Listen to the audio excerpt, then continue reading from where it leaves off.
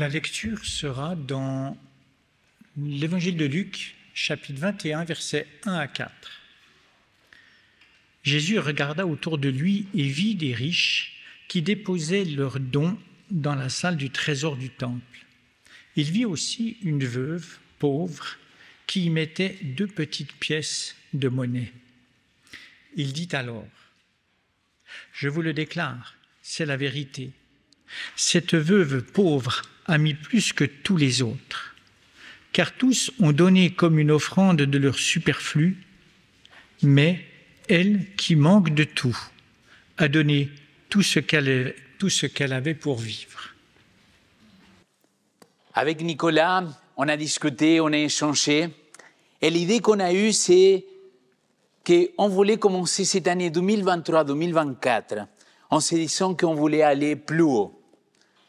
Alors, pour aller plus haut, on s'est dit qu'il fallait qu'on fasse peut-être une série de prédications.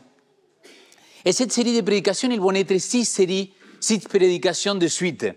Les trois premières, ça va être moi. Ensuite, il y a Nicolas, il y a Gabriel Monet et il y a Soran. Donc, 6 prédications sur cette notion-là de prendre de l'auteur. Je disais que nous voulons prendre de l'auteur. Et pour prendre de l'auteur, cette année-là, on a dit, pendant l'année 2023-2024, nous voulons s'engager. Nous voulons pouvoir passer 12 années, ou pour au moins cette année 2023-2024, une année bénie. Ça vous parle ou pas trop? Ah, c'est bien. Ben voilà, il faut qu'on se reconnecte maintenant. Alors, mais pendant ces 2023 et 2024, je me suis dit, ok Léo, toi aussi, tu as peut-être des nouveaux défis, des nouveaux challenges dans ta vie. Et justement, une des choses que je me suis proposée dans cette année-là, 2023-2024, c'est retrouver mon corps de quand j'étais plus jeune. Oui, pour ceux qui me connaissent, j'ai une petite tendance à faire le yo-yo. Et donc, je vais vous montrer une petite photo. Vous l'avez déjà un petit peu saisi. Mais regardez ce physique-là que j'avais. Pour les plus âgés, si vous ne l'avez pas compris, c'est des Photoshop, hein, c'est pas moi. C'est vraiment pas moi, les amis. Et je vais dire, j'aimerais dire, et sincèrement, qui n'aimerait pas, parmi les hommes, avoir un corps sculpté comme ça? Moi, je n'aimerais pas. Et je vais vous expliquer pourquoi. Parce que quand nous, on prend des challenges pour l'année à venir, il faut qu'on soit lucide, les amis. Si moi, je dis, dans cette année-là, je vais vous maigrir 40 kilos, peut-être 50, et prends ces masses musculaires, vous savez ce qui va se passer, non? Je dois passer au moins 2 ou 3 heures au gymnase. Et parce qu'il y a quelque chose qui devrait être clair dans nos vies, les amis. No pain, no gain. Vous connaissez cette expression? No pain, no gain. C'est-à-dire, on vit dans une société dans laquelle on vous claque les doigts et que tout s'apparaît d'un seul coup. Et désolé, mais ce n'est pas possible, les amis. Ça n'existe pas, ça. Ça n'existe pas à dire, ah, mais d'un jour à l'autre, voilà, je suis avocat. Ah, d'un jour à l'autre, je me suis réveillé, voilà, je suis pasteur. Ah, d'un jour à l'autre, je me suis réveillé, je suis architecte. Non, mon ami. Ça, c'est ce que la société elle essaye de vendre. Le rêve américain. Mais la vérité, c'est que no pain, no gain. Si moi, je veux avoir un physique avec la tablette au chocolat et pas la mousse au chocolat, ah, vous avez compris. Les amis, il faut passer du temps au gymnase et je ne suis pas prêt à passer 2 ou 3 heures par jour au gymnase. Mais est-ce que vous savez pourquoi? Pas parce que je ne peux pas. C'est un peu prétentieux ça. Mais c'est parce que je ne veux pas. C'est-à-dire, il faut choisir ces batailles. Vous êtes d'accord avec moi ou pas? Dans la vie, il faut savoir en quoi je veux m'engager, en quoi je veux investir mon temps, en quoi je veux donner tout corps, esprit et âme. Parce que sinon, les amis, je vais me trouver là. Est-ce que vous pensez que n'importe quel des musiciens, il est arrivé, il a dit, ah, mais moi j'ai un don surnaturel et il a joué d'un seul coup? Tous les musiciens savent à quel point il faut entraîner et entraîner et entraîner. Tous les sportifs de haut niveau, ils savent à quel point il faut entraîner, entraîner et entraîner. Est-ce que tous les chrétiens, on sait à quel point on a besoin de se dire no pain, no gain. Dans la vie spirituelle, c'est la même chose, mon ami. Dans l'engagement qu'on peut avoir avec le Seigneur. Alors, cette année-là, la première dans la série des prédications, c'est « Donne le meilleur de toi-même ». Et donner le meilleur de soi-même, permettez-moi maintenant de le dire ensemble avec vous, parce que vous l'avez vu tellement de fois qu'on va le dire ensemble, n'est-ce pas? L'excellence n'est pas la perfection. Et voilà un petit principe que ce n'est pas bête du tout, mes amis. Parce qu'il y a beaucoup de choses, des personnes qui se trompent entre excellence et perfection. Et ce n'est pas la même chose. Et je vais vous expliquer, de mon point de vue, pourquoi. L'excellence, c'est le caractère de celui ou celle qui est excellent. Caractère de la chose ou de la personne qui correspond presque parfaitement à la représentation idéale de sa nature. Par contre, la perfection, c'est quand tu cherches à que tout soit parfait. Si aujourd'hui, les amis, je devais dire, ma prédication, elle était parfaite, désolé, non, elle n'est pas parfaite. Vous m'entendez parler, n'est-ce pas? Il y a des fautes de français, il y a l'accent, il y a les problèmes techniques qu'il peut avoir, il y a mon manque de responsabilité que peut-être j'aurais dû envoyer le PowerPoint avant. Il y a plein de choses, mais ça, ce n'est pas parfait. Mais la perfection, ça n'existe pas. Il y a un seul qui est parfait. C'est qui? Dieu. Par contre, Gabriel Monet, dans 4 samedis, il va venir nous parler de « Soyez parfaits comme le Père, il est parfait ». Et on va découvrir cette notion de perfection. Mais moi, j'aimerais amener notre communauté, amener ma propre vie, et je me parle à moi en premier, à l'excellence, à donner le meilleur de moi-même. Et pour cela, permettez-moi d'ouvrir la Bible face à le numérique. Mais si vous avez vos Bibles, je vous invite à aller au dernier livre de l'Ancien Testament. C'est le livre de Malachie. Si vous ne l'avez pas, ce n'est pas grave. Mais on va aller découvrir un texte biblique qui pour moi il est extraordinaire. C'est le livre de Malachie, dernier livre de l'Ancien Testament jusqu'avant Matthieu. Et le texte, il va commencer, c'est un prophète post-exilique. Ça veut dire qu'il a écrit son message après que le peuple il est revenu de Babylone. Si vous avez vos Bibles, sûrement vous allez voir comment il commence ce texte-là. Le chapitre 1 de Malachie, verset 1, commence avec ces mots-là. Écoutez bien. Hein? Sentence, parole de Seigneur à Israël. Quand vous entendez le mot sentence, qu'est-ce qu'il produit à l'intérieur de vous? Le mot sentence, ça fait écho à jugement. Ça fait écho à je vais te gronder, à punition. Et ces mots-là, qu'aujourd'hui on pourrait le traduire de cette manière-là, ce n'est pas tout à fait ce que le Seigneur il veut dire. Le Seigneur, ce qu'il veut faire, c'est un reproche à son peuple. Et tu pourrais demander, mais pourquoi si c'est dur de faire des reproches? Pourquoi si c'est si dur de parfois interpeller l'autre dans ses fautes, pourquoi le Seigneur il le fait? Allez au verset 2. Cela, il n'est pas affiché. Regardez ce qu'il dit le verset 2. Je vous aime, dit le Seigneur. Quand on me dit que le Dieu de l'Ancien Testament, c'est un Dieu punisseur, n'importe quoi. Vous voyez là que le Seigneur, l'Éternel, il dit, « Hey, je t'aime. Je t'aime. Et parce que je t'aime, je veux te remettre en question. Parce que je t'aime, je veux te montrer que tu n'es pas en train de chercher l'excellence. Parce que je t'aime, je veux te secouer et te dire, mon ami, réveille-toi. Je reviens bientôt. » C'est parce que le Seigneur, il nous aime, que parfois il nous interpelle, il nous prend, il nous secoue. Parce qu'il veut qu'on change. C'est pour ça qu'il va nous faire un reproche. J'ai entendu un amen timide, mais c'était très bien. Alors, dans ce texte-là, le prophète Malachie lui a parlé de la part du Seigneur. Et le texte, il est assez extraordinaire. Regardez le verset 6. On va aller directement au verset 6. Le texte, il dit la chose suivante. Vous pouvez le suivre aussi à l'écran. Un fils honore son père.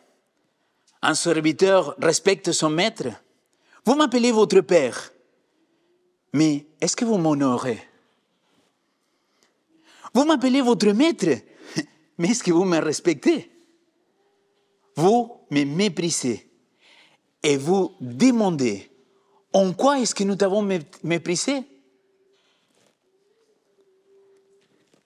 Comment quelqu'un peut mépriser Dieu, les amis?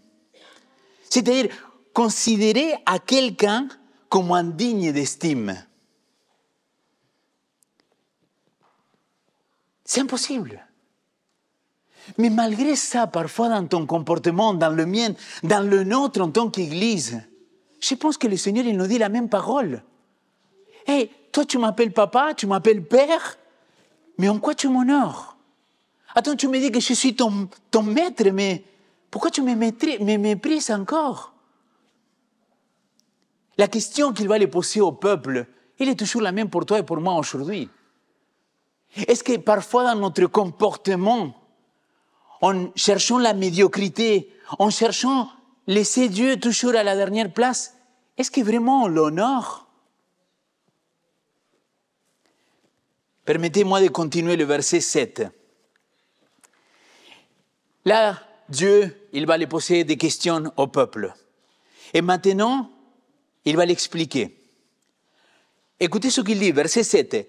Vous m'apportez sur mon autel de la nourriture impure. Et vous demandez, en quoi est-ce que nous ne t'avons pas respecté? Eh bien, c'est en disant l'autel du Seigneur et son importance. Qui parmi nous, si nous sommes assis ici, si nous sommes en train d'écouter Léo, d'écouter la parole du Seigneur, il va dire l'Église et son importance? Personne. Mais peut-être dans nos actes, dans notre façon de penser, dans notre façon de réfléchir, là, le Seigneur il pourrait nous interpeller. Léo, est-ce que vraiment pour toi, c'est si important que ça, mon Église? Pas ton Église, mon Église. La suite des textes, s'il vous plaît. Écoutez ce qu'il va se passer et pourquoi Dieu il reproche ça. Quand vous m'offrez un animal aveugle, est-ce que c'est bien? Quand vous m'offrez un animal boiteux ou malade, est-ce que c'est bien? Présentez donc cet animal à votre gouverneur. Est-ce qu'il sera content? Est-ce qu'il vous recevra avec bonté? Je vous le demande, moi, le Seigneur de l'univers. Le problème du peuple d'Israël à l'époque, c'est qu'il avait plein de brebis qui étaient parfaites, qu'elles étaient belles. Mais au lieu de donner une de ces brebis parfaites au Seigneur, il a mené au temple et dit, Seigneur, le meilleur c'est pour toi. Le peuple d'Israël, il avait pris la mauvaise habitude de l'amener tout ce qu'il restait. Des brebis, des boucs, malades, boiteux. Et le problème, ce n'est pas ce que tu amènes.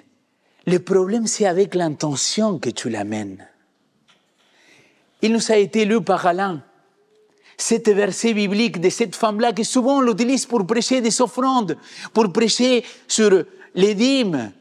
Mais en réalité, moi, ce qui m'intéresse de cette femme-là, c'était le cœur qu'il avait, non? Le Seigneur Jésus-Christ, il dit, vous voyez cette dame-là? Elle n'a pas grand-chose. Mais le meilleur d'elle, elle l'amène au Seigneur. Et le problème du peuple, c'est qu'il ne se retrouvait plus de cette manière-là. Et à Dieu, ça le met en colère, parce qu'il dit, finalement, mon ami, pourquoi alors tu m'amènes? Ne m'amène rien. Mais tu ne peux pas m'offrir que le reste de ce que tu as. Mets-moi en premier et tu verras. C'est ça que le Dieu, dans l'Ancien Testament, il dit. Mais c'est vrai que Jésus-Christ, il le dit aussi, non? Vous vous rappelez cette parabole dans laquelle notre Seigneur, il dit, parce que tu étais fidèle dans des petites affaires, je te mettrai sur de grandes choses. Vous vous souvenez? Donc, ce n'est pas que dans l'Ancien Testament.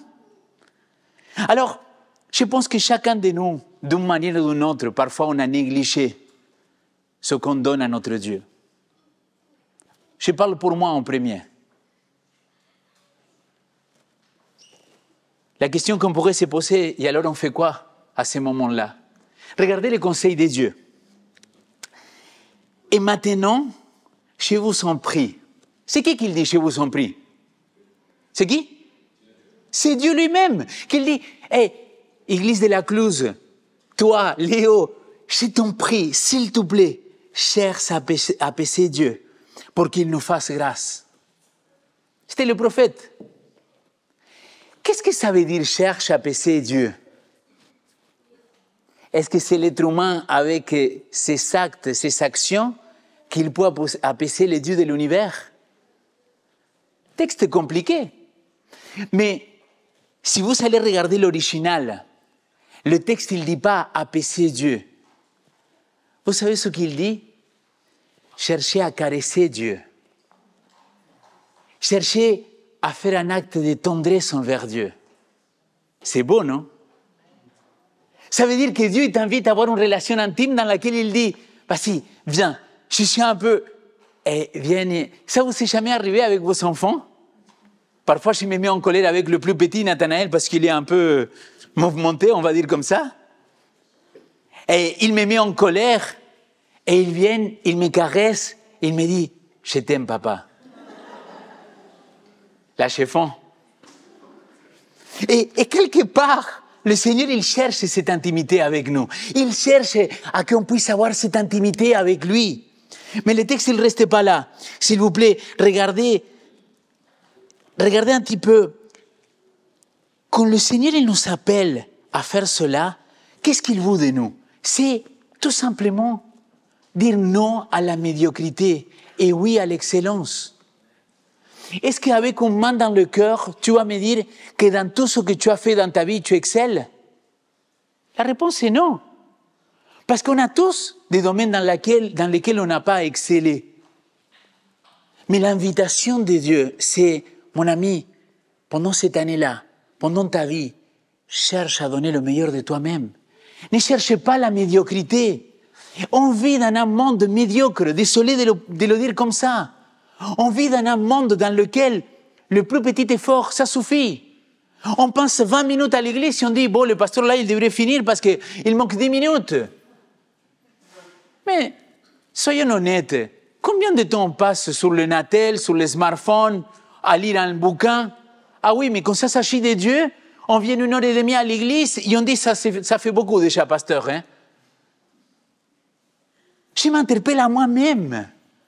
Et je me dis, Léo, est-ce que tu es en train de dire non à la médiocrité et oui à l'excellence? Quand tu prends la parole du Seigneur pour la lire, est-ce que tu fais tout simplement la lecture d'un verset pour dire, bon Seigneur, ça y est, j'ai accompli la tâche, j'ai pris un temps avec toi et basta?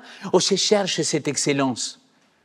Et ce que je suis en train de parler là, tu peux l'appliquer en tant que grand-père, que papa, que maman, tu peux l'appliquer en tant que dans ton travail, dans n'importe quel domaine de notre vie.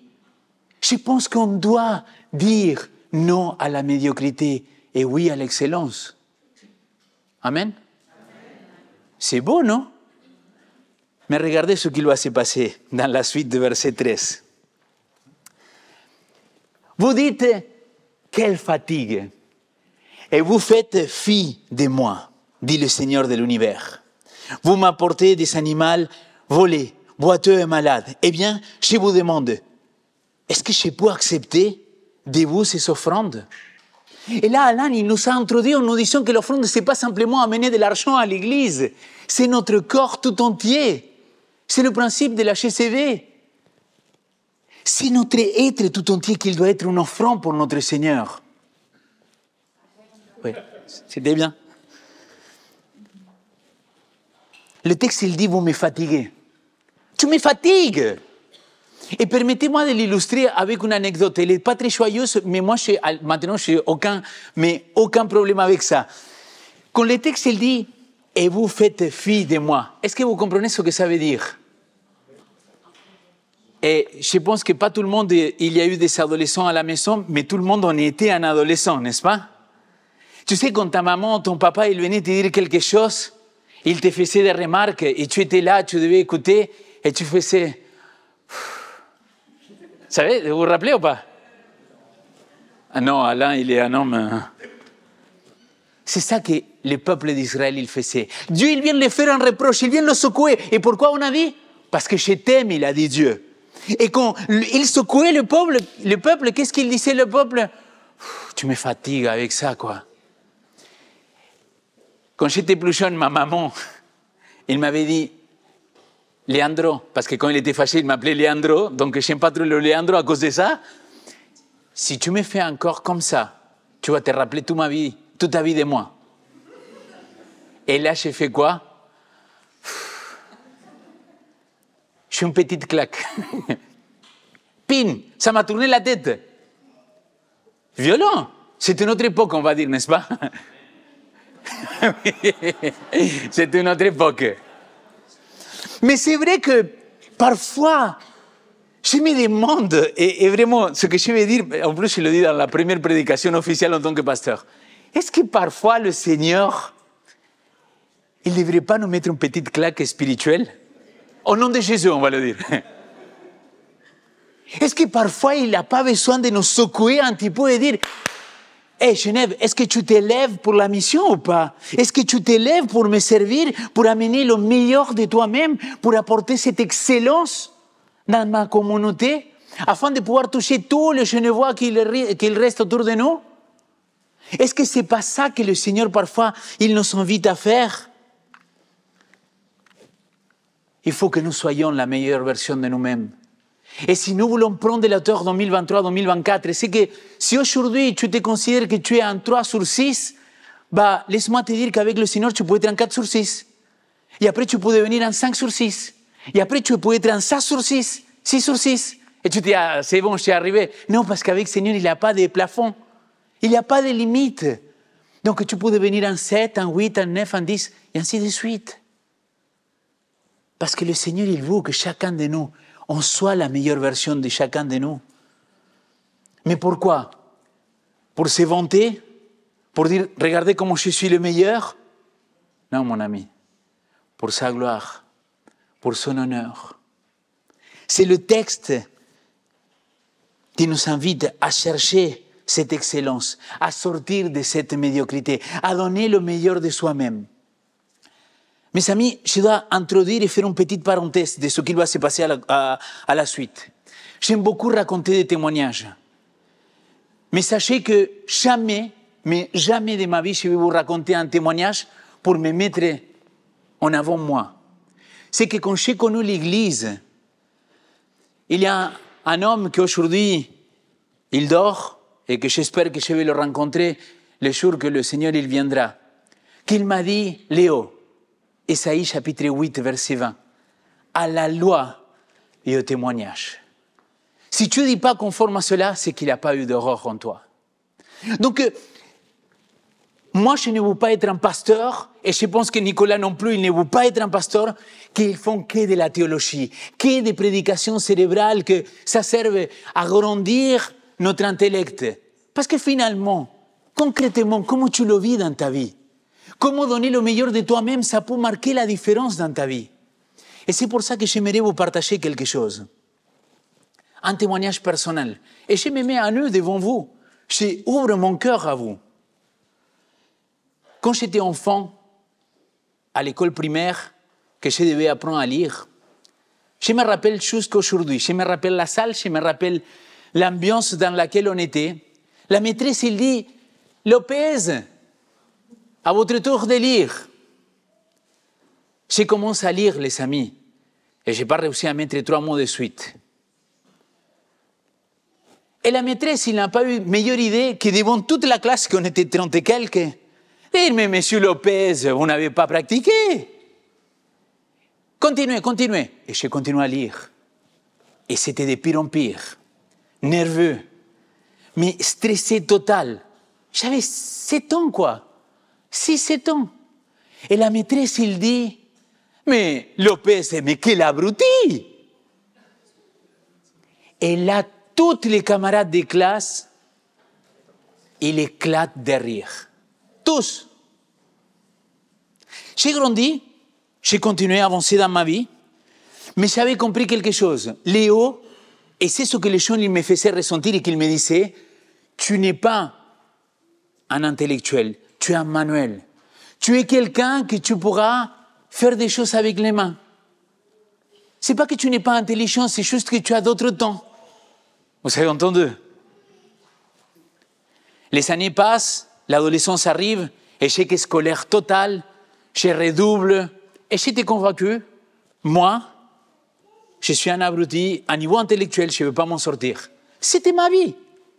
Alors, je ne le raconte pas pour faire pitié, mais je le raconte parce que c'est ce qui s'est passé. Parce que moi, je ne cherchais pas l'excellence à cette époque-là. J'étais quelqu'un de médiocre. Quand on m'avait dit que ça suffisait, j'étais content. Sauf que dans un moment, le Seigneur il est venu me chercher. Et j'ai commencé à vivre ma vie avec lui. Sûrement, dans une autre occasion, je vais vous raconter comment il m'a touché et comment il est venu me secouer pour me dire « Hey, tu te réveilles ou quoi ?» Mais ce que c'est vrai, c'est qu'il y a 10 ans en arrière, ma petite sœur, elle m'appelle, il me dit « Léo, il faut que tu fasses un test. » J'ai un test de quoi? De dyslexie. Je dis « Ça ne sert à rien. » Il me dit « Il faut que tu fasses ce test-là, Léo. » J'ai dit « Mais pourquoi? Je suis dyslexique et je suis convaincu que tu es dyslexique. » J'ai fait le test et vous voyez, s'il y a de 0 à 100%, j'étais à 99,99999, quoi. Mais ça, je ne le savais pas dans ma vie. Et j'ai avancé toute mon scolarité sans savoir ça. Et vous allez voir, parfois je mets un mot d'un côté, un mot de l'autre. Et le temps est venu dans lequel j'étais déjà en France et Dieu m'appelle pour le servir. Mais vous savez ce que j'ai pensé? Comment je vais faire pour étudier la théologie dans une langue, ce n'est pas la mienne, que je ne maîtrise pas, que je n'ai jamais étudiée? Comment je vais faire, Seigneur? Comment je vais faire pour apprendre le grec et l'hébreu dans des langues qui ne sont pas les miennes? On est venu à Collonges. Et là, j'ai fait un pacte avec Dieu. Je pèse mes mots. J'ai fait un pacte avec Dieu. Je lui ai dit, écoute-moi bien, Dieu. Comme ça, hein, j'étais catégorique. On va faire un pacte, toi et moi. Moi, Seigneur, je vais donner le meilleur de moi-même. Mais toi, tu vas faire que je ne redouble aucun cours. Et je lui ai dit, si je redouble un seul examen, si je rate quelque chose, Seigneur, je sais que je ne serai pas pasteur. Vous avez compris que si je suis ici, c'est que je n'ai raté aucune. Mais écoutez ce que je vais vous raconter.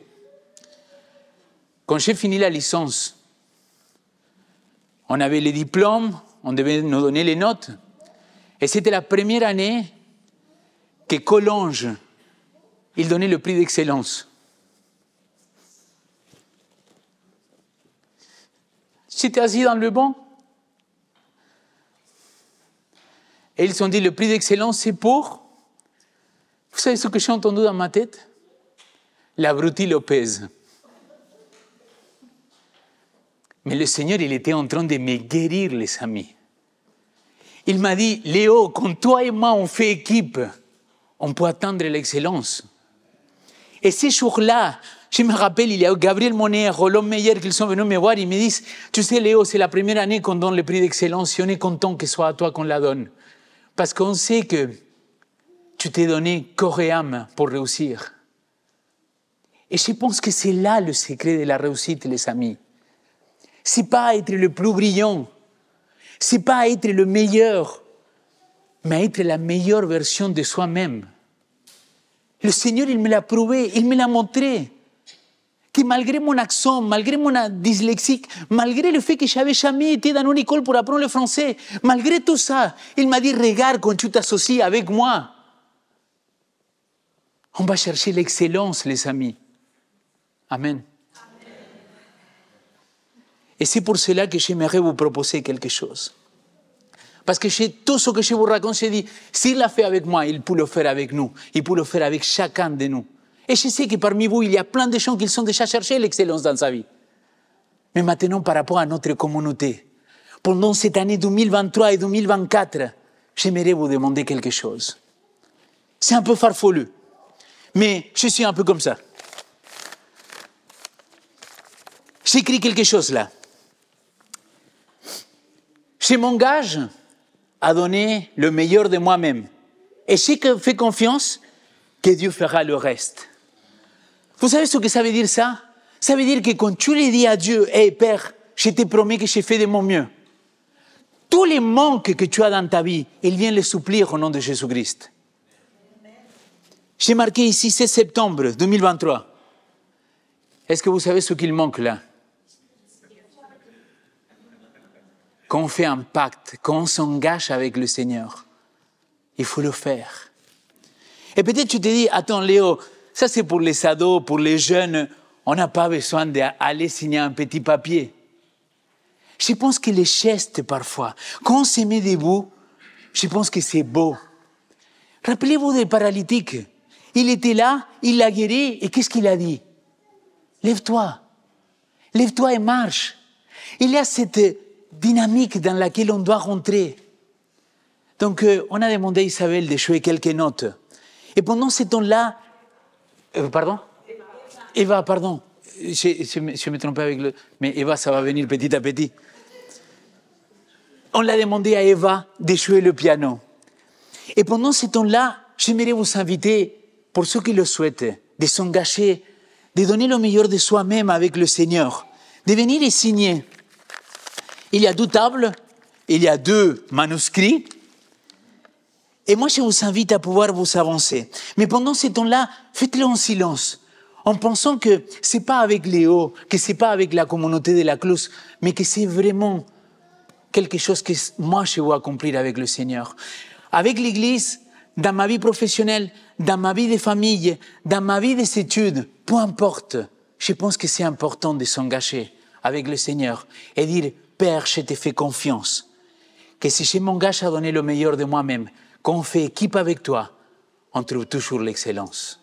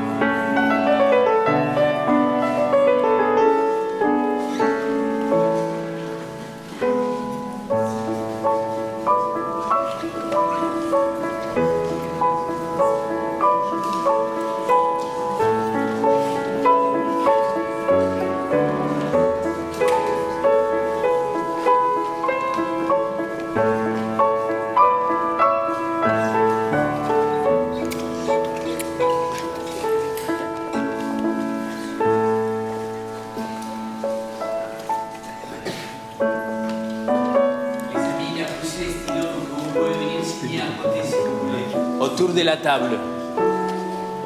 Et vous pouvez signer partout dans la feuille.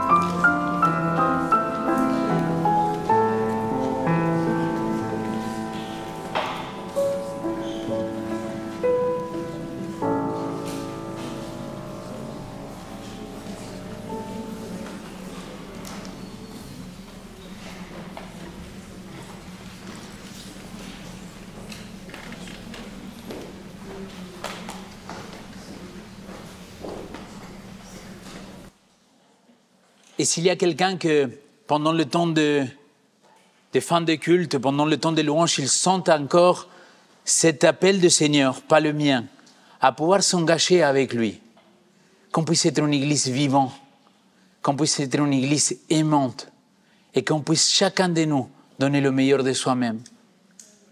Prions ensemble. Père éternel, je ne vais pas critiquer le peuple d'Israël parce que parfois nous sommes comme eux. Parfois nous sommes tellement remplis, Seigneur, de mauvaise volonté, de médiocrité. Et je te demande pardon. Pardon, Seigneur, si on ne t'a pas honoré dans tout ce qu'on voulait t'amener à toi, Seigneur. Pardonne-nous si on ne t'a pas donné la première place dans la vie de chacun de nous. Pardonne-nous, Seigneur, si dans cette communauté, dans un moment ou dans un autre, on a oublié que c'est toi que tu dois être la tête de l'Église. Seigneur, j'aimerais te prier pour chacune des personnes qui sont ici présentes. Aussi de tous ceux qui vont nous regarder sur Internet. Qu'on puisse vraiment être engagés cette année. Cette année, mais notre vie, Seigneur, jusqu'à ton retour, qu'on puisse être ces serviteurs fidèles et véritables. Qu'on était fidèles dans des petites affaires et que les jours que tu vas revenir, Seigneur, tu vas nous dire quelle équipe qu'on a fait ensemble. C'est ma prière au nom de ton Fils Jésus-Christ. Amen.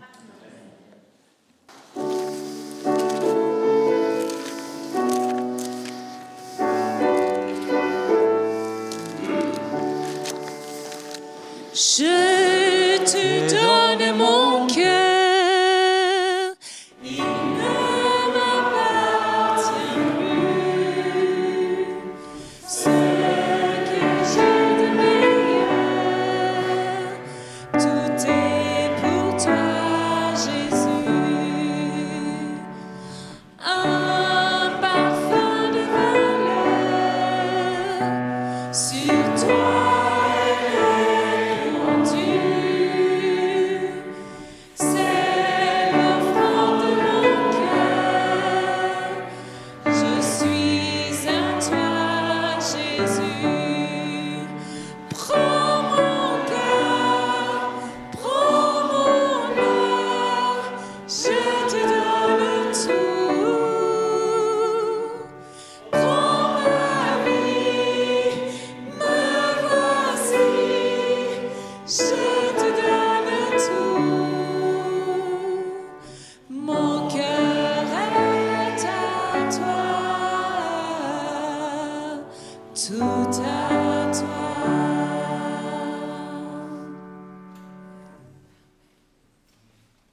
Versets 23 et 24. Que la paix et l'amour soient accordés aux frères avec la foi de la part de Dieu le Père et du Seigneur Jésus-Christ. Que la grâce soit avec ceux qui aiment notre Seigneur Jésus-Christ dans l'impérissable. Amen. Et je vous propose maintenant d'entamer c'est mon joyeux service d'offrir à Jésus-Christ en vivant sacrifice mon corps et mon esprit.